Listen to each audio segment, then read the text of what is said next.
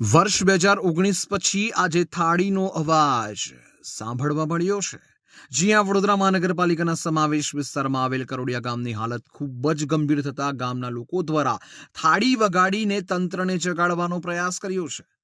વડોદરા મહાનગરપાલિકા દ્વારા 7 ગામનો સમાવેશ પાલિકામાં કરવામાં આવ્યો હતો, જેમાં કરોડિયા ગામનો પણ સમાવેશ કરવામાં આવ્યો હતો, પરંતુ પાલિકામાં સમાવેશ કર્યા છતાં આ ગામનો કોઈ પણ પ્રકારનો વિકાસ થયો જ નથી અને આ ગામમાં છેલ્લા ઘણા વર્ષોથી રોડ રસ્તાઓ પર પડેલા ખાડા પડવાથી સોસાયટીના નાગરિકોને હાલાકી ભોગવવી પડી રહી છે।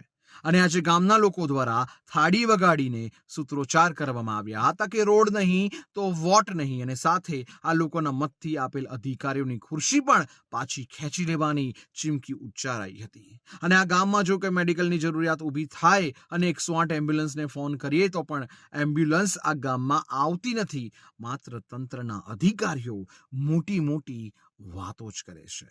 કરોડિયા ગામના લોકો આજે ભેગા થઈ મીડિયા સમક્ષ પોતાની સમસ્યાનો આક્રોશ વ્યક્ત કર્યો હતો અને થાળી ચમચીના અવાજથી તંત્રને જે બહેરું થઈ ગયેલું છે તંત્ર છે એને જગાડવાનો પ્રયાસ કર્યો હતો। સાથે આવનાર ઇલેક્શનમાં કોઈ પણ અધિકારીઓ અને નેતાઓને ગામમાં પ્રવેશ કરવા દેવામાં આવશે નહીં તેવી પણ ચીમકી ઉચ્ચારાઈ હતી, અને જો કોઈ નેતા આ ગામમાં આવશે તો ગામની મહિલાઓ દ્વારા તેઓને દંડાથી હકાલપટ્ટી કરવામાં આવશે તેવી ચીમકી પણ ઉચ્ચારાઈ હતી। हाँ सर, मुझे यहाँ 18 साल हो गए आए हुए, पर अभी तक करोड़िया की परिस्थिति गंभीर की गंभीर ही है। रोड पूरे ख़राब है, जगह जगह के रोड ख़राब है, जहाँ देखो वहाँ पानी पानी भरा रहता है। रिक्शे वाले आते नहीं है, रिक्शे वाले बोलते हैं कि करोड़िया का नाम लेके डरते हैं। कोई प्रेगनेंसी की भी तकलीफ हो तो वो भी आ नहीं पाते हैं, ले नहीं जा सकते हैं। तो हमें रोड चाहिए, हमारा रोड दुरुस्त कर दो तो हमें बहुत मेहरबानी होगी। और हम सब करोड़िया की भी यही एक सबकी एक है कि हमें रोड चाहिए बस। હું અહીંયા જ રહું છું, કરોડિયાની જ છું, જલારામ સોસાયટીમાં છું। રોડની તકલીફ બધાને જ છે, બસ પૂરવાનું હવે ખાડા કરીને જતું રહેવાનું, પૂરવા માટે કોઈ આવતું છે નહીં। ફોન કરીએ આપણે તો કહેવાનું બસ પૂરી જઈશું, પણ કોઈ આજ સુધી દેખાતું નથી।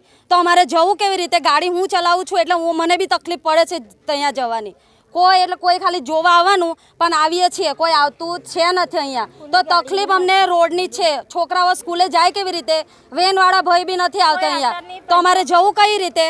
પછી કરોડિયામાં સુધારો કોઈ સુધારો આવતું છે નહીં। જ્યારે વોટ લેવા આવવાનું થાય ત્યાં તો હાથ જોડીને બધાના ઘરે આવશે કે અમને વોટ આલો તો તમારું કામ થશે। શું કામ કર્યું? કંઈ કામ કરતા નહીં કોઈ, બસ ખાલી વોટ લેવા આવો। બાકી પંચાયતથી જ શરૂઆત થાય છે। જોવું તમે આવતા કે કેટલા ખાડા કરેલા છે, પણ કોઈ પૂરવા માટે આવતું નથી। અને કેટલા દિવસથી વરસાદ બંધ છે પણ કોઈ જોવા માટે આવતું નથી। તકલીફ અમને રોડની વધારે છે, તો રોડ જ સરખો કરવાનો, બાકી તો કોઈ વોટ લેવા માટે સોસાયટીમાં દેખાવું જોઈએ નહીં તો આ વખતે સોસાયટીની બહાર બધા જ અમે લેડીઝ થઈને કાઢી મૂકીશું। બસ આટલી જ વિનંતી છે મારી કે રોડ સરખો કરાવો। વડોદરા મહાનગરપાલિકાના ઇલેક્શન વોર્ડ નંબર 8ની અંદર આવેલું આ કરોડિયા ગામ છે। આ કરોડિયા ગામની આજુબાજુ કરોડિયા ગામની અંદર તમે જુઓ તો મિલન પાર્ક, જલાનંદ, જલારામ, જલધારા, મારુતિનંદન, આજુબાજુની તમામ સોસાયટીઓને જોડતો આ એક મુખ્ય રોડ છે।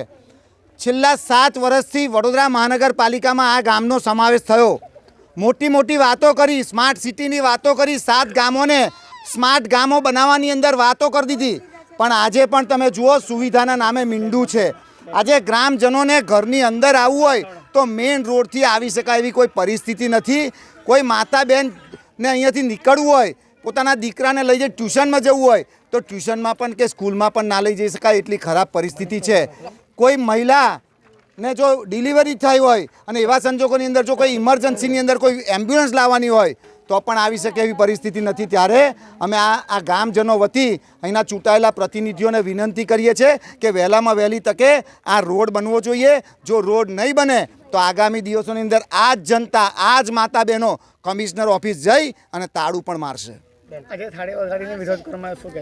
આજે તમે જુઓ કે આ માતા બહેનોએ છેલ્લા ઘણા સમયથી 7 વર્ષથી વડોદરા મહાનગરપાલિકામાં આવી વડોદરા મહાનગરપાલિકાના વેરા ભરે છે।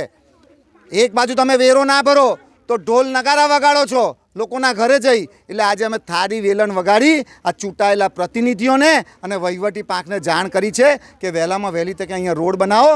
જો રોડ નહીં બનાવે તો આ જનતા એ તમને જે ખુરશી આપી છે એ ખુરશી ખેંચી લેશે।